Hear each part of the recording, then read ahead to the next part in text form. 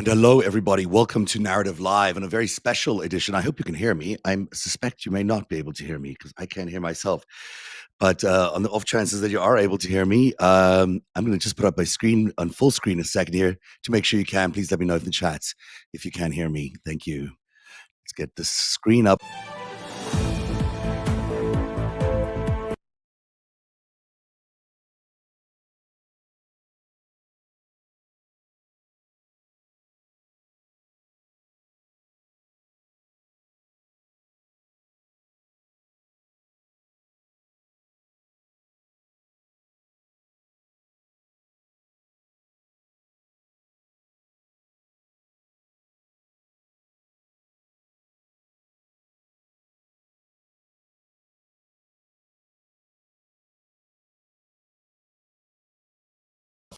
All right, so I'm told you can hear me, which is good news. I can't hear you myself. That's even better news, probably sometimes.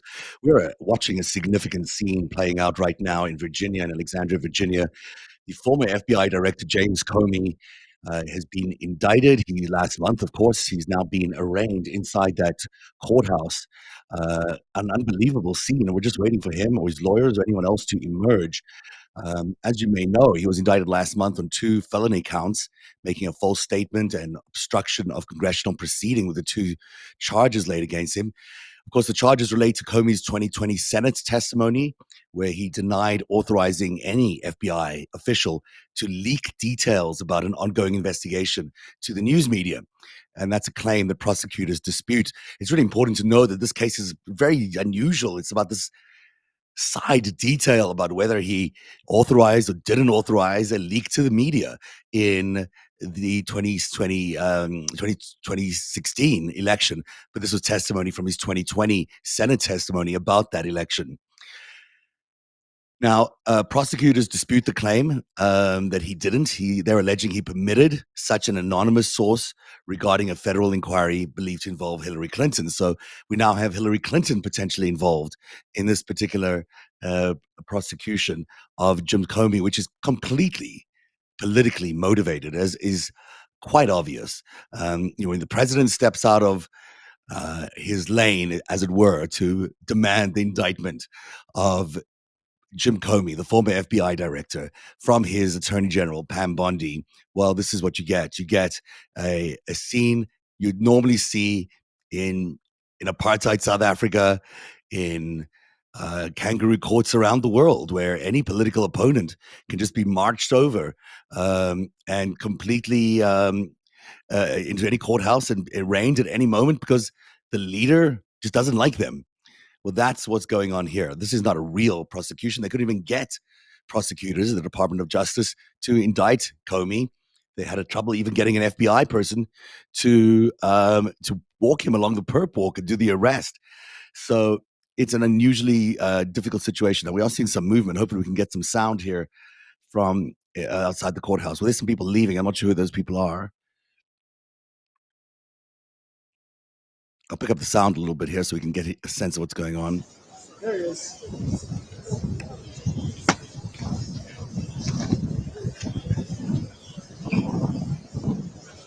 You may be hearing an echo here, and I apologize for that if you are.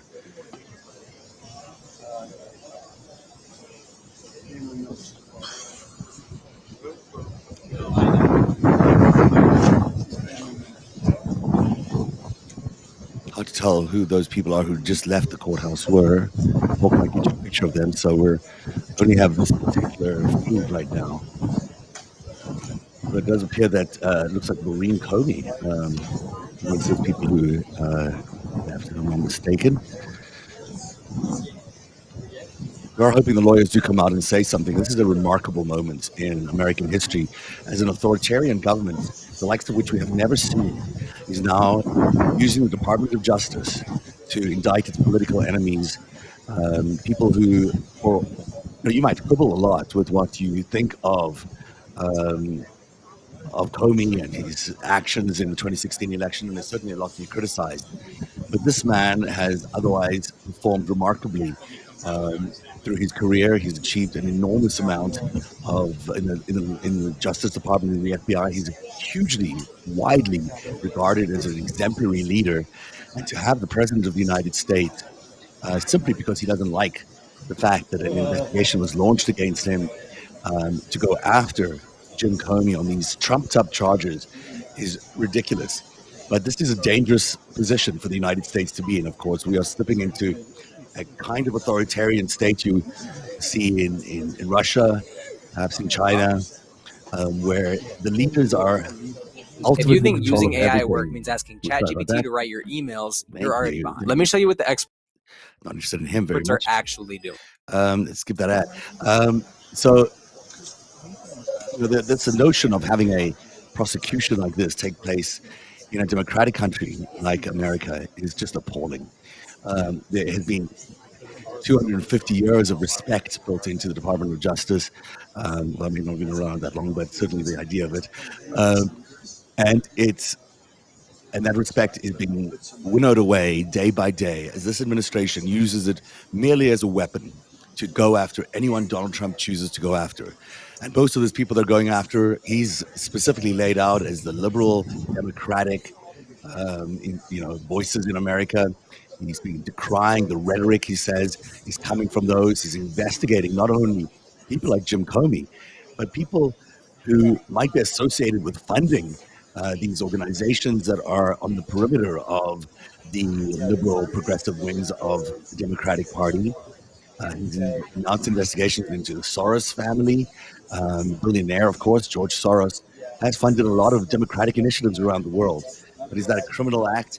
It only becomes a criminal act if you think of the Democrats and the liberals as being terrorists, which is what they're trying to do. This new legislation the Trump administration has introduced, which will bring surveillance on a digital level to a way that we have never seen in America before, meaning everyone who's ever even had a thought really about a liberal minded idea could find themselves on a terrorist watch list, meaning all sorts of things like incarceration, of course, and investigations, but also you could find yourself unable to travel.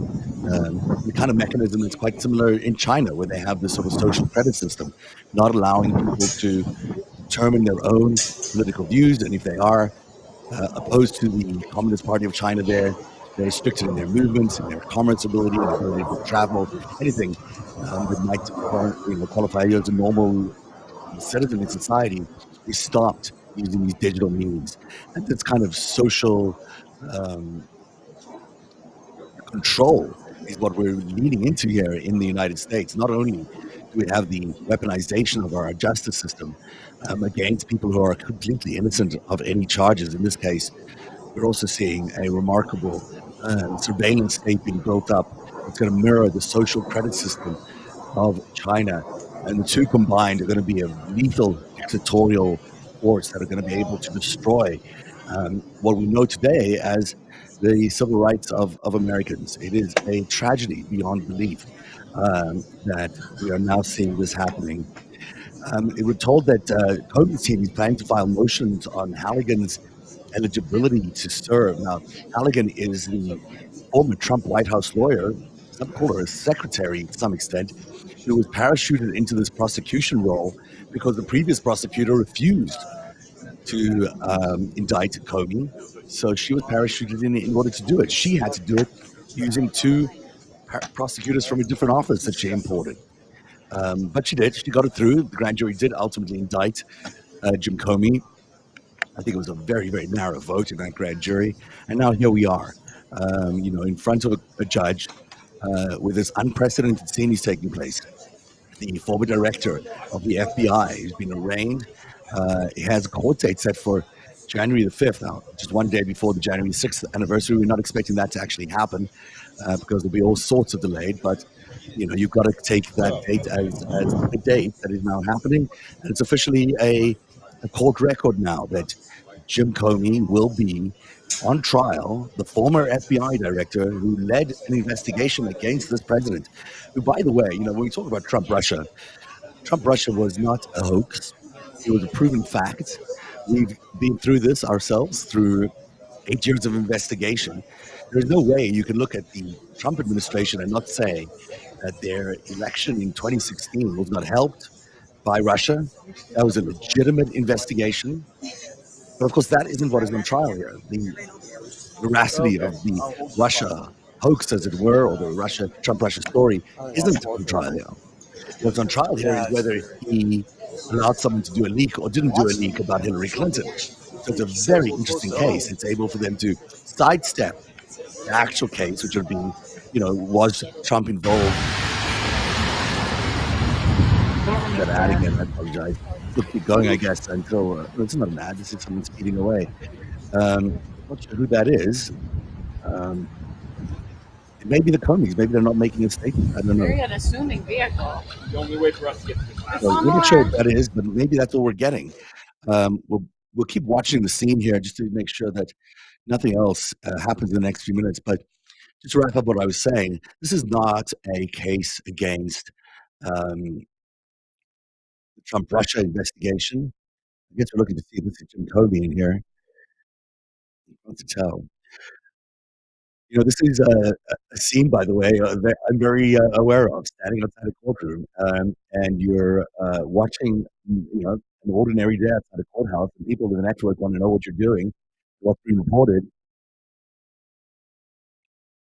It's not always easy to tell when someone drives a car by and you don't have eyes inside. Now, these days, many of the producers do have contact inside with their own producers inside, so they're able to figure out what is going on when the networks ask. But otherwise, it's just people milling around outside of courthouse, and you are doing actual reporting. This is what reporting looks like. It may seem like a glamorous job, but it's a lot of standing around waiting, trying to figure out a story. It's an interesting job, but it can be not that glamorous.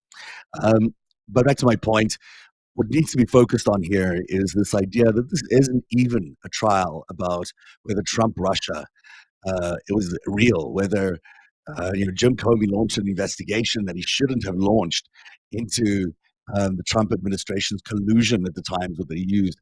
Well, that's a weird term with Russia, because what in fact they're going to be adjudicating here is whether there was a news leak. And that's a very interesting way to sidestep the actual case, which what it should be about. It should be about Trump-Russia, and in fact, is to focus on the sideline issue of whether there was a leak or not, which may be provable. I mean, at some point that might be provable. Now, of course, the Comey team have a lot of ability to fight this particular case, but with the Justice Department, slowly disappearing into authoritarian land, it's going to be up to these judges, up to the judicial court system to be the constitutional dividing line. And as we've been talking about over the last few days, this is exactly what's happening in America. The military and the judiciary are standing up against the authoritarian whims and needs and desires of Donald Trump. Now, he has control of the DOJ because that's one of his executive arms, but he does not have control of the judiciary. He does not have control of the military in the way he thinks he does. Those two very important institutions are what's holding up America right now. The third prong, the third leg of what's holding up America right now are the people of the United States of America. And it's ultimately going to be up to the people of the United States of America to let their voices be heard, to take their voices to the streets, to make sure that they know that the government needs to be accountable to them. And by they, I mean the Trump administration.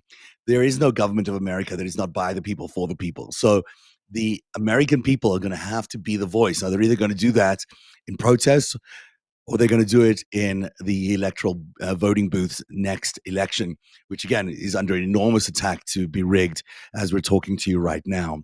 So I'm guessing we're not going to see very much more from this scene today. However, if there is, I'll jump back on live. What we've been looking at is breaking news coverage as Jim Comey pleads not guilty after being arraigned on 2 charges.